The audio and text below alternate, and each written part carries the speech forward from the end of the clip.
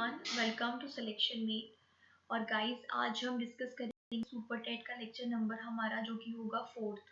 इससे पहले हम 3 लेक्चर्स को डिस्कस कर चुके हैं, जिनमें 3 लेक्चर हमारे कॉमन है और एक हमने प्रैक्टिस सेट किया है 50 क्वेश्चंस का जीएस का, तो वो भी आप जरूर देखें। उसमें हमने करंट अफेयर्स, हिस्ट्री, ज्योग्राफी, जिससे भी टोटल 50 मार्क्स का सुपर टेट के एग्जाम में बनता है, वो हमने डिस्कस किया है। तो चैनल पर जाकर आप जरूर विजिट करें। चैनल पर आप नए हैं अगर, तो चैनल को सब्सक्राइब करें। सो गाइस, आज जो हम डिस्कस करेंगे वो हम डिस्कस करने जा रहे हैं रीजनिंग और आईटी के क्वेश्चंस को। आपको पता होगा कि 5 क्वेश्चंस आईटी के आते हैं और 5 रीजनिंग के आते हैं। तो उनमें से हमने कुछ टॉपिक के क्वेश्चंस आज उठाए हैं जिनको हम डिस्कस करेंगे, ठीक है।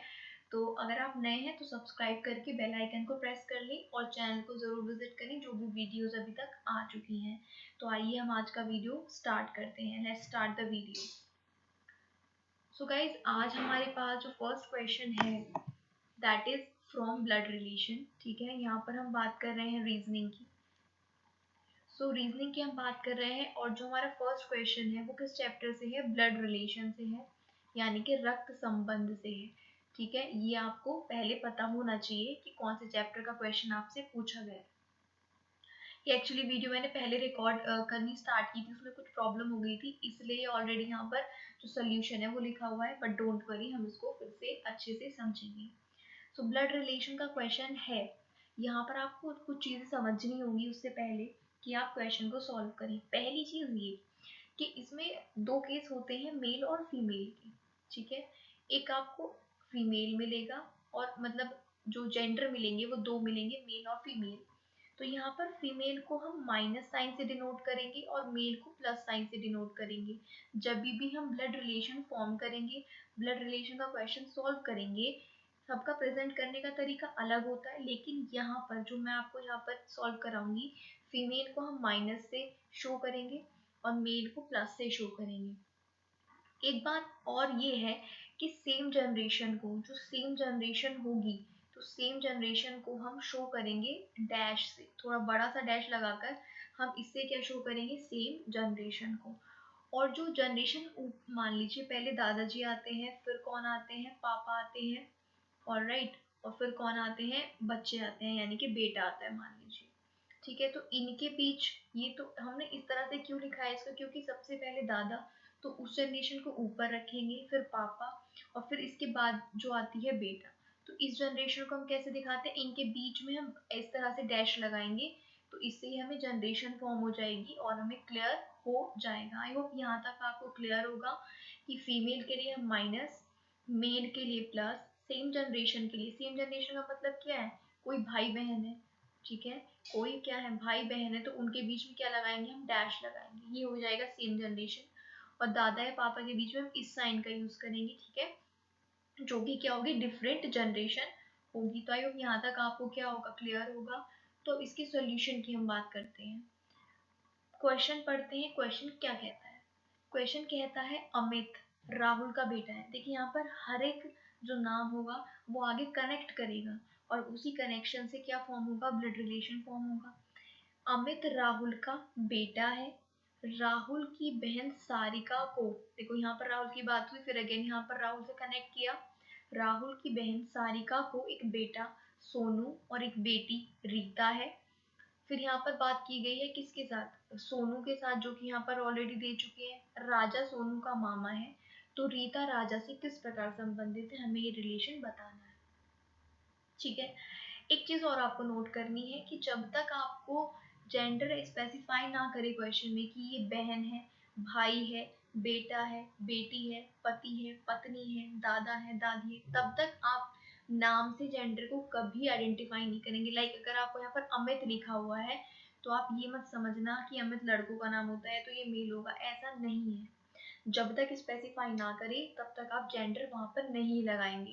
जैसे यहाँ पर क्या बोला है कि अमित राहुल का बेटा है, तो कौन बेटा है? अमित। तो अमित बेटा है, यानी ये तो कंफर्म है अमित यहाँ पर मेल है, लेकिन राहुल का थोड़ी ना हमें पता है। राहुल का बेटा अगर अमित है तो राहुल उसकी माँ भी हो सकती है, राहुल उसके पिता भी हो सकते हैं, तो ये बात आप समझिए, ठीक है। तो आइए समझते हैं। सबसे पहले इसने कहा अमित राहुल का बेटा है। अब जो बेटा है वो तो नीचे आएगा और पापा ऊपर आएंगे, तो पापा कौन है?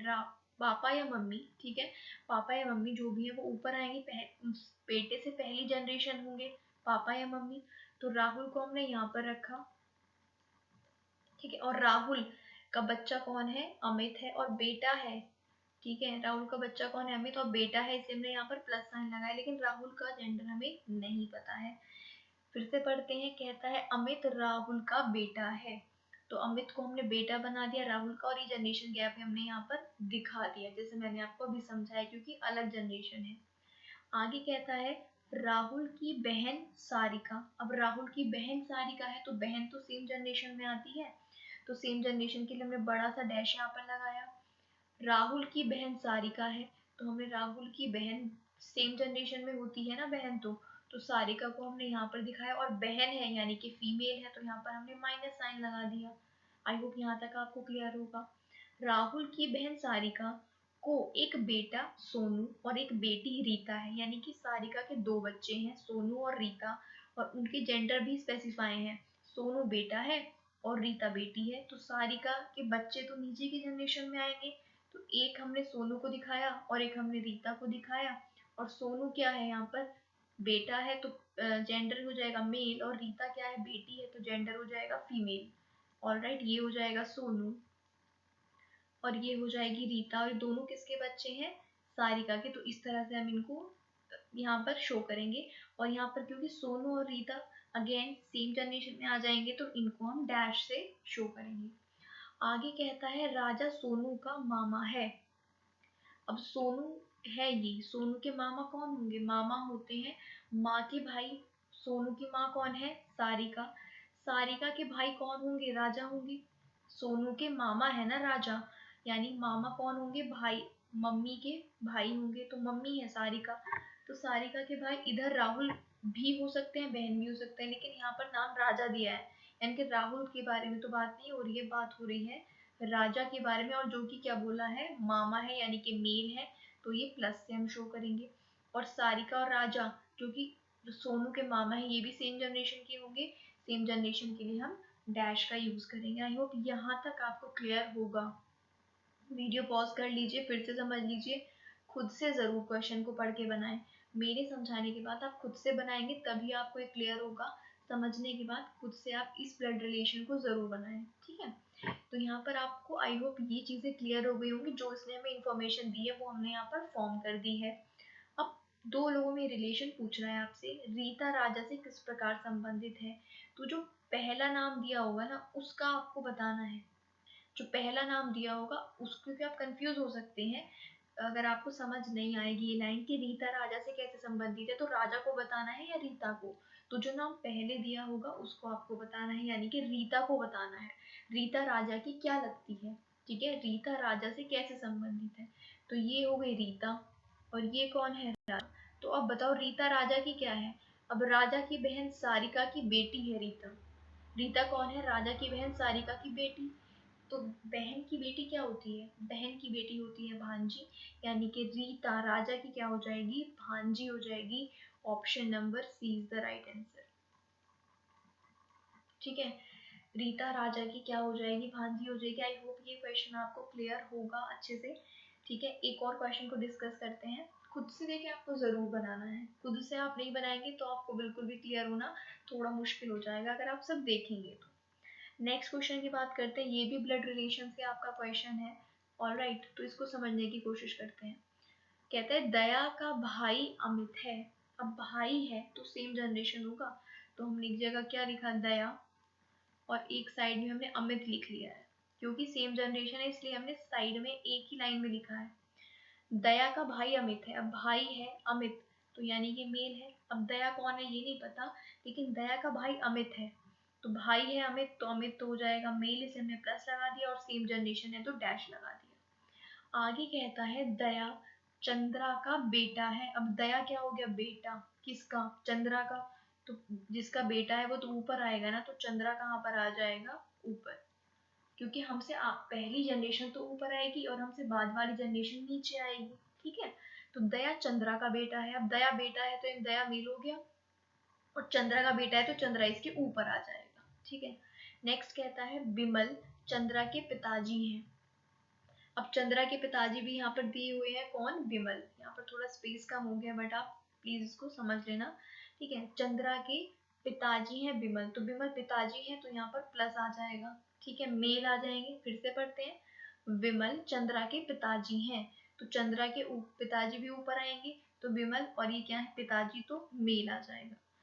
तो अमित का विमल से क्या संबंध है, ये जो अमित है इसका इस विमल से क्या रिलेशन है ये बताना है। तो जो पहला नाम दिया है इन दोनों में उसका हमें बताना होता है, यानी अमित का बताना है, अमित क्या लगता है विमल का। तो यहाँ पर देख लेते हैं क्या लगता है। विमल का कोई बच्चा है चंद्रा, चंद्रा का जेंडर हमें यहाँ नहीं पता है, चंद्रा का जेंडर हमें नहीं पता है, कोई बात नहीं। विमल का बच्चा है चंद्रा, और चंद्रा का क्या हो जाएगा, अब देखो ये बात बताओ। चंद्रा का बच्चा दया है और दया का भाई ही अमित है, दैट मीन्स ये भी चंद्रा का ही बच्चा है। जब दया और अमित भाई भाई भाई हैं और चंद्रा दया की माँ है यानी अमित की भी माँ होगी, यानी इसके दो बच्चे हो गए चंद्रा के, यानी कि चंद्रा का बच्चा है अमित और विमल क्या है, चंद्रा के पिताजी है। तो पिताजी के बच्चे का बच्चा क्या हो जाएगा, पोता हो जाएगा। यहाँ पर ऑप्शन नंबर ए क्या हो जाएगा, करेक्ट हो जाएगा। आई होप ये क्वेश्चन भी आपको क्लियर होगा, ठीक है। विमल का बच्चा हो गया, मान लीजिए विमल का बेटा है और बेटे का बेटा क्या हो जाता है, पोता। या ये विमल की बेटी है, बेटी का बेटा क्या हो जाता है, पोता या नाती, जो ऑप्शन में है वो आपको टिक करना होता है। तो यहाँ पर क्या है, पोता। लेकिन चंद्रा का यहाँ पर जेंडर नहीं पता है। यहाँ पर आपसे ये भी पूछ सकता है कि there are how many male members in the family, तो आप नहीं बता सकते क्योंकि चंद्रा का जेंडर नहीं पता। एक दो तीन मेल मेंबर तो हमें यहाँ पर दिख रहे हैं, लेकिन ये चौथा मेल भी हो सकता है और फीमेल भी हो सकता है, इसलिए हम नहीं बता सकते कितने मेल हैं। हम ये भी नहीं बता सकते कि कितने फीमेल हैं। आई होप ये क्वेश्चन में आपको क्लियर हो गया होगा। नेक्स्ट पर मूव करते हैं, नेक्स्ट क्वेश्चन पर। नेक्स्ट क्वेश्चन कहता है कूट भाषा में अगर c is equals to 3, coding decoding का क्वेश्चन है, ठीक है। कोडिंग डिकोडिंग का ये क्वेश्चन है कि अगर c इज इक्वल्स टू 3 है और फियर का कोड है 30, c क्या दिया हुआ है 3 और आपको फियर का कोड दिया हुआ है कितना, 30 दिया हुआ है। तो हेयर का कूट यानी हेयर का कोड आपसे पूछा है। तो जो आपसे पूछा है ना, हेयर पूछा है आपसे, हेयर का कोड यहाँ पर हमने लिख लिया। हेयर का कोड हम तभी निकाल पाएंगे तब हम इस चीज को डिकोड कर लें, डिकोड कर लें यानी कि इस चीज को समझ लें कि ये सी को 3 क्यों लिखा गया है और ये फियर 30 कैसे आया है। अगर हमें ये पता चल जाएगा तो हम आराम से हेयर को कोड कर पाएंगे, अगर हम इस क्वेश्चन को, जो हमें क्वेश्चन में इंफॉर्मेशन दी हुई है, इसको डिकोड कर ले तो। अब देखिए ये बहुत सिंपल है, आपको ए टू जेड, ए से लेकर जेड तक जो नंबरिंग है अल्फाबेट्स की वो याद होनी चाहिए। जैसे कि एक सबसे पहले आता है ना ए, तो इसकी 1 होती है, फिर बी आएगा उसकी क्या होगी 2, फिर सी आएगा वो 3 नंबर पे आता है तो उसकी 3, डी 4 नंबर पे आता है तो 4, और जेड लास्ट में आता है तो जेड किस क्या होता है 26 होता है, तो जेड की नंबरिंग होती है 26। तो ये नंबरिंग आपको रीजनिंग के लिए जरूर याद होनी चाहिए। उसी प्रकार से जब ए के लिए 1 है, बी के लिए 2 है, सी के लिए 3 है, तो ये इसकी नंबरिंग दी हुई है, सी की क्या दी हुई है, नंबरिंग दी हुई है। सी अल्फाबेट में 3rd नंबर पर आता है तो ये वो दिया हुआ है। अब अगर हम एफ को देखें तो एफ आता है 6ठे नंबर पर, ई आता है 5वें नंबर पर, ए आता है पहले नंबर पर और आर आता है 18 नंबर पर। देखिए ये आप 2-3 बार पढ़ोगे तो बहुत इजीली आपको याद हो जाती है इनकी नंबरिंग, 2-3 बार लेकिन आपको प्रैक्टिस करनी होती है, ठीक है। ये अल्फाबेट्स की क्या है, नंबरिंग है। एफ 6th प्लेस पर आता है, ई 5th प्लेस पर आता है, ए 1st पर आता है और आर आता है 18 पर, ठीक है। अब आप क्या कीजिए, आप इनका टोटल कर लीजिए। तो ये क्या है 18, 1, 5 और 6, इसका आप टोटल करेंगे 8 और 1 9, 5 14, 14 और 6 20 का 0, 2 कैरी और 2 1 3। तो दैट मीन्स इन सारे जो अल्फाबेट्स है ना इनका एडिशन करके ये हमें 30 दिया हुआ है। अब हमने इसको डिकोड कर लिया है, अब हम आराम से हेयर को कोड कर सकते हैं। एच का जो होता है, एच का होता है 8, ए का होता है 1, आई जो होता है आई का होता है 9 और आर का होता है 18। अब हमने इनको क्या कर देना है, ऐड कर देना है, ठीक है। तो 18 9, 1 और 8, 9 8 17 18 26, 2 कैरी 2 और 1 3, 36। तो यहाँ पर आपको आंसर क्या मिल जाएगा, 36 will be the right answer, option number B. ठीक है, इसमें आपको नंबरिंग याद होनी चाहिए। ठीक है, तो ये आप आराम से डिकोड इसको कर पाएंगे। तो हेयर का आपसे पूछा है, तो हेयर का क्या हो जाएगा, 36 हो जाएगा। आई होप ये क्वेश्चन भी आपको क्लियर होगा। नेक्स्ट पर मूव करते हैं। नेक्स्ट क्वेश्चन कहता है यदि ग्लेयर को कूट भाषा में ये लिखा जाता है और मॉनसून को ये लिखा जाता है, तो रैंसम को क्या लिखेंगे। इस तरह के क्वेश्चन में जब आपको इस तरह से दिए होते हैं ना, ये डिजिट्स में दिया होता है, ये क्या अल्फाबेट्स हैं और ये आपको डिजिट्स दी हुई हैं, और ये भी अल्फाबेट्स हैं, ये भी डिजिट्स दी हुई हैं, और आपसे कुछ पूछता है, तो पहले आप ये नोटिस कीजिए कि जो आपसे पूछा है क्या ये सारे अल्फाबेट इस ग्लेयर और इस मॉनसून में है। जो आपसे पूछा है रैंसम, ये जो है इसके सारे अल्फाबेट ग्लेयर और मॉनसून को मिलाकर दोनों में ये क्या सारे अल्फाबेट्स आ रहे हैं रैंसम के, तो चेक कर लेते हैं। आर आ रहा है, ए भी आ रहा है, एन भी आ रहा है, एस भी है, ओ भी है और एम भी है। जी हाँ, सारे अल्फाबेट्स आ रहे हैं। तो आप सबसे पहले क्या कीजिए, आप सबसे पहले जो इनके दिए हुए हैं आपने ग्लेयर ऐसे लिखा, और इसके नीचे आप इसको लिखिए, इसके नीचे जो इसकी नंबरिंग दी हुई है वो लिखिए 6 7 8 1 और 0। फिर आपको क्या दिया हुआ है, मॉनसून, MONSOON।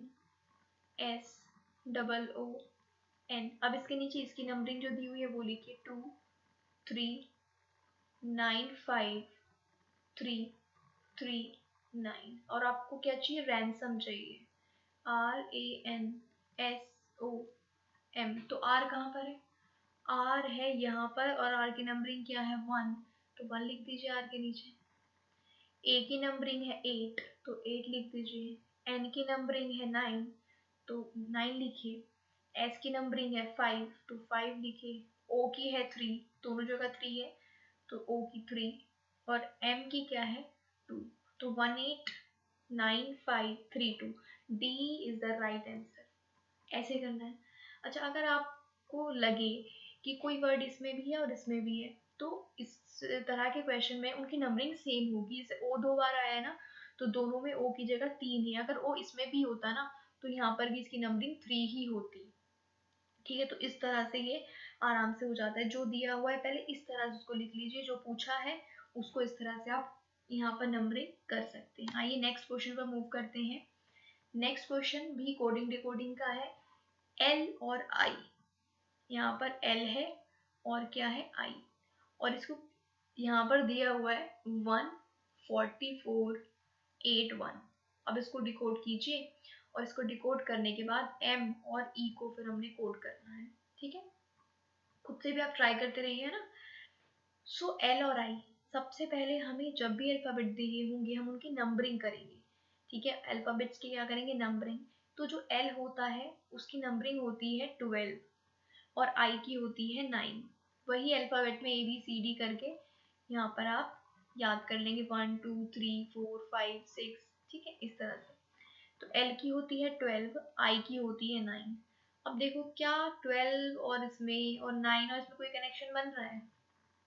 अगर आप थोड़ा सा मैथमेटिक्स जानते हैं, स्क्वायर क्यूब रूट वगैरह क्यूब्स है ना, तो आप यहाँ पर आराम से नोटिस कर सकते हैं कि जो ये 144 है ये तो 12 का स्क्वायर है, और ये जो 81 है ये 9 का स्क्वायर है, और इनको साथ में ज्वाइन करके लिख दिया है 14481।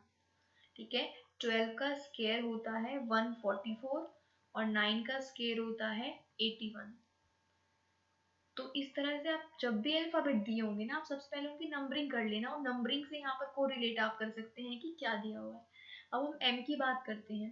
देखिए, एम का नंबरिंग होती है 13 और ई की होती है 5।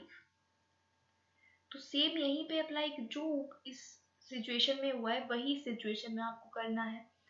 यहाँ पर 12 का स्क्वायर लिया है तो 13 का स्क्वायर लिख दो। 13 का स्क्वायर होता है 169। यहाँ पर 5 9 का स्क्वायर आपने किया था, यहाँ पर 5 का स्क्वायर लिख दो। 5 का स्क्वायर होता है 25। तो ये आपका क्या हो जाएगा, आंसर हो जाएगा। ठीक है, 169 13 का स्क्वायर है और 25 किसका स्क्वायर है, 5 का। तो यहाँ पर सी ऑप्शन आपका करेक्ट हो जाएगा, 1692 इज द राइट आंसर। तो यहाँ पर नंबरिंग आपको करनी है, फिर नंबरिंग से जो जो भी एग्जैक्टली आपने इस पार्ट में किया है ना, वही आपको इस पार्ट में करना है। आई होप ये भी आपको क्लियर होगा। नेक्स्ट क्वेश्चन पर मूव करते हैं, ये भी कोडिंग डिकोडिंग से है। यहाँ पर ये कहता है गोल्ड को ये इसके रूप में लिखा जाता है, तो विंड को किस रूप में लिखेंगे? गोल्ड को अगर इस रूप में लिखा जाता है तो विंड को कैसे लिखेंगे? तो भैया गोल्ड को जैसे इन्होंने लिखा है ना, पहले वैसे लिख लो। गोल्ड को इन्होंने लिखा है IQNF, तो इसके नीचे वैसे लिख दो IQNF।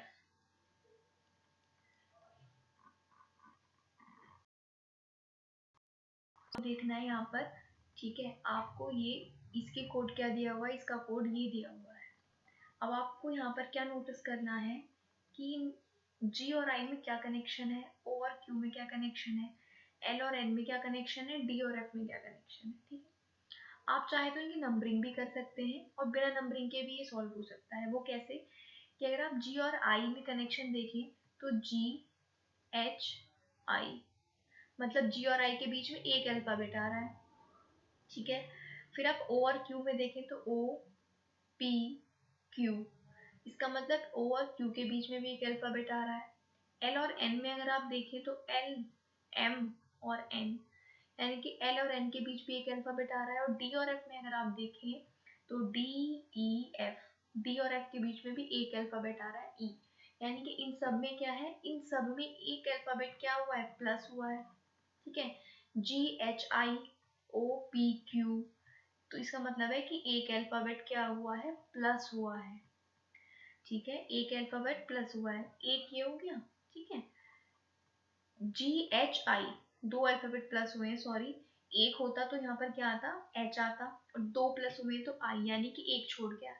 अब जो पूछा है उसको कोड कर लेते हैं WIND। तो यहाँ पर क्या करना है, इनके एक अल्फाबेट को छोड़ के अगला अल्फाबेट लिखना है। ठीक है, WXYIJKNOPDEF। तो आई होप ये आपको क्लियर होगा, option number 1 is the correct answer. समझ रहे हैं आप आपको किस तरह से इसको कोड करना है। सबसे पहले जो दिया हुआ है उसको डिकोड कीजिए कि उसमें क्या लगाया है, सेम वही आपने क्या लगाना है इनमें, यानी कि +2 करना है। WXYIJKNOP और DEF, इनके बीच में एक एक को क्या कर दिया हमने, छोड़ दिया है। एक एक अल्फाबेट को छोड़ के ये नेक्स्ट दिया हुआ था, तो जैसा इसमें हमने डिकोड किया वैसा ही हमने आंसर वाले में क्या करना है, अप्लाई करना है। आई होप ये क्वेश्चन भी आपको क्लियर होगा। सो ये कुछ रीजनिंग के क्वेश्चंस थे। अब हम आगे कुछ आईसीटी यानी कि कुछ कंप्यूटर के क्वेश्चंस को डिस्कस कर लेते हैं फटाफट से। तो हाँ, इससे पहले मैं एक बात आपको बताना चाहूँगी कि अगर आपको कोई भी पॉइंट क्लियर नहीं हुआ है रीजनिंग में, या जो हम आगे क्वेश्चन करेंगे उनमें नहीं होगा, तो कमेंट बॉक्स में आप लिख दें, हम कोशिश करेंगे उसको जल्दी से आपको क्लियर करने की। सेकेंड चीज़ ये है कि देखिए, कंप्यूटर को आप कोशिश करें इंग्लिश में ही पढ़ें। अगर हिंदी में पढ़ेंगे तो रायता फैल जाएगा बहुत ज़्यादा, तो कंप्यूटर आप इंग्लिश में ही पढ़ें और इतने आप केपेबल हैं कि आप इसकी कॉमन इंग्लिश को समझ सकते हैं। So let's start. First question यहाँ पर कहता है which of the following retains the information it's storing when the power to the system is turned off. समझिए क्वेश्चन क्या कह रहा है। क्वेश्चन कह रहा है कि इनमें से कौन सा, इन चारों में से कौन सा इंफॉर्मेशन को स्टोर करके रखता है जब पावर क्या हो जाती है, ऑफ हो जाती है। सिंपल आपसे ये पूछा है। ठीक है, आपसे क्या पूछा है कि इनमें से कौन सा अपने पास स्टोर रखता है इंफॉर्मेशन को, कब, जब पावर ऑफ हो जाती है। तो सिंपल आपसे ये क्वेश्चन पूछा है। ठीक है, आप इसको समझिए। पावर ऑफ हो जाने के बाद कंप्यूटर की लाइट चली जाए या किसी वजह से पावर ऑफ हो जाए, तो जो इन्फॉर्मेशन है वो स्टोर हो जाती है। तो इनमें से कौन उस इन्फॉर्मेशन को स्टोर करता है? तो आपके पास चार ऑप्शन हैं, आपको राइट आंसर का जवाब देना है। पहला आपके पास है सीपीयू, दूसरा है रोम, तीसरा है रैम और चौथा है DIMM।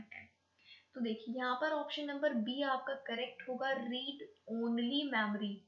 रोम क्या होता है, रीड ओनली मेमोरी होता है। तो ये क्या होता है, ये आपका परमानेंटली, ये सेकेंडरी स्टोरेज होता है। परमानेंटली क्या करता है, इंफॉर्मेशन को स्टोर करता है। रोम रोम क्या करता है, जब लाइट यानी कि पावर ऑफ हो जाती है तब भी इंफॉर्मेशन को क्या करता है, स्टोर कर लेता है। तो ऑप्शन नंबर बी आपका क्या हो जाएगा यहाँ पर, करेक्ट आंसर हो जाएगा। आई होप ये क्वेश्चन आपको क्लियर होगा। नेक्स्ट पर मूव करते हैं। नेक्स्ट कहता है a network of computers, computers का वो network and other devices, computer का नेटवर्क और जो अदर डिवाइसेस उससे कनेक्टेड हैं, that is confined to relatively small space. वो कंप्यूटर नेटवर्क और डिवाइसेस जो एक स्मॉल स्पेस में लगी होती हैं उनको क्या बोलेंगे, वो नेटवर्क जो एक बहुत छोटे से एरिया को कवर करता है। यहाँ पर आपसे पूछा है वो कंप्यूटर और डिवाइसेस का नेटवर्क जो एक छोटे से एरिया को कवर करता है उसको क्या कहा जाता है, wide area network, local area network, global network या फिर पीयर टू पीयर नेटवर्क। चार ऑप्शन है, आपको करेक्ट आंसर मार्क करना है। तो देखिए, जब भी कंप्यूटर और डिवाइसेस एक स्मॉल स्पेस को कवर करते हैं वो हमेशा होता है लैन, वो हमेशा क्या होता है, लैन होता है, यानी कि लोकल एरिया नेटवर्क होता है। लोकल एरिया नेटवर्क ये क्या होता है, लोकल नाम से पता चल रहा है कि जो बिल्कुल लोकल में हो, बहुत कम स्पेस को कवर करे, वो होता है local area network. Option number B आपका यहाँ पर क्या हो जाएगा, करेक्ट आंसर हो जाएगा। फिर लोकल सबसे कम स्पेस को कवर करता है, फिर वाइड एरिया नेटवर्क आ जाता है, वो उससे थोड़े बड़े स्पेस को कवर करता है, ग्लोबल नेटवर्क ज्यादा स्पेस को कवर करता है। आई होप ये क्वेश्चन भी क्लियर होगा। नेक्स्ट पर मूव करते हैं। थर्ड क्वेश्चन कहता है every computer connected to the internet is identified by a unique 4 part string. तो उसको क्या कहते हैं, हर एक कंप्यूटर कनेक्ट होता है इंटरनेट से, इसने बोला है every computer connected to the internet. तो वो जो आइडेंटिफाई होता है, हर एक कंप्यूटर की यूनिकनेस होती है। जब वो आइडेंटिफाई होता है तो उसकी क्या होती है, हर कंप्यूटर की यूनिकनेस होती है, कुछ पहचान तो अलग होती है ना सबकी। तो वही पूछा है कि उसको क्या कहते हैं, वो यूनिकनेस जिससे कोई कंप्यूटर आइडेंटिफाई होता है उसको क्या कहते हैं। चार ऑप्शंस आपके पास है, जल्दी से आप अपना आंसर मार्क कीजिए। सो यहाँ पर देखते हैं राइट आंसर क्या होगा। तो ऑप्शन नंबर ए आपका राइट आंसर होगा। जो आईपी एड्रेस होता है, आईपी एड्रेस क्या होता है, हर एक कंप्यूटर नेटवर्क का अलग होता है जिससे आइडेंटिफाई किया जाता है पर्टिकुलर कंप्यूटर को। तो वो क्या होता है, उसका IP address. So next question पर मूव करते हैं। नेक्स्ट क्वेश्चन कहता है एनिएक, ये कंप्यूटर का टाइप है और ये first general purpose electronic computer था। तो इसकी फुल फॉर्म आपसे पूछी है, ठीक है। तो जो एनिक था that was the first general purpose electronic computer. अगर आपसे पूछा जाए विच of the following is the first general purpose electronic computer, तो आप क्या कहेंगे, एनिक। तो यहाँ पर एनिक की फुल फॉर्म आपसे पूछी है, इसकी फुल फॉर्म क्या होगी। तो यहाँ पर जल्दी से आंसर को हम देख लेते हैं। इसकी फुल फॉर्म होगी ऑप्शन नंबर बी में, electronic numerical integrator and computer. Electronic numerical integrator and computer. तो ये आप जरूर ध्यान रखें, ये क्वेश्चन पूछे जाते हैं, बार बार रिपीटेड क्वेश्चन हैं। Electronic numerical integrator and computer. Next और आज का लास्ट क्वेश्चन है हमारे पास, कहता है which of the following statement is correct. इनमें से कौन सा स्टेटमेंट क्या है, करेक्ट है। क्या एक केबी में 1024 बाइट्स होती हैं, क्या एक एमबी में 2048 बाइट्स होती हैं, क्या एक एमबी में 1000 किलोबाइट्स होती हैं, और क्या एक केबी में 1000 बाइट्स होती हैं, ये आपको बताना है। तो यहाँ पर आपका जो सही आंसर होगा वो होगा ऑप्शन नंबर ए, एक केबी में 1024 बाइट्स होती हैं, ये आपको ध्यान रखना है, ठीक है। तो ऑप्शन नंबर ए यहाँ पर क्या हो जाएगा, करेक्ट आंसर हो जाएगा। So guys this was today's video. I hope आपको रीजनिंग और आईटी के जो भी क्वेश्चन हम डिस्कस किए हैं वो क्लियर हुए होंगे। कोई डाउट है तो कमेंट में ज़रूर लिख दें। वीडियो अच्छी लगी है तो इसको लाइक ज़रूर कर दें, या लाइक बटन पर क्लिक करें, अपने कुछ फ्रेंड्स के साथ इसको ज़रूर शेयर करें, जिससे हमें भी मोटिवेशन मिलता है अगर ज़्यादा से ज़्यादा लोग इस वीडियो को वॉच करते हैं। चैनल पर नए हैं, अभी तक सब्सक्राइब नहीं किया है तो सब्सक्राइब भी ज़रूर कर लें। हर एक सेशन का पीडीएफ आपको मिल जाता है डिस्क्रिप्शन में दिए हुए टेलीग्राम चैनल पर, तो उस चैनल पर जाकर आप हर सेशन की पीडीएफ भी ले सकते हैं। So guys this is for today, thank you for watching the video.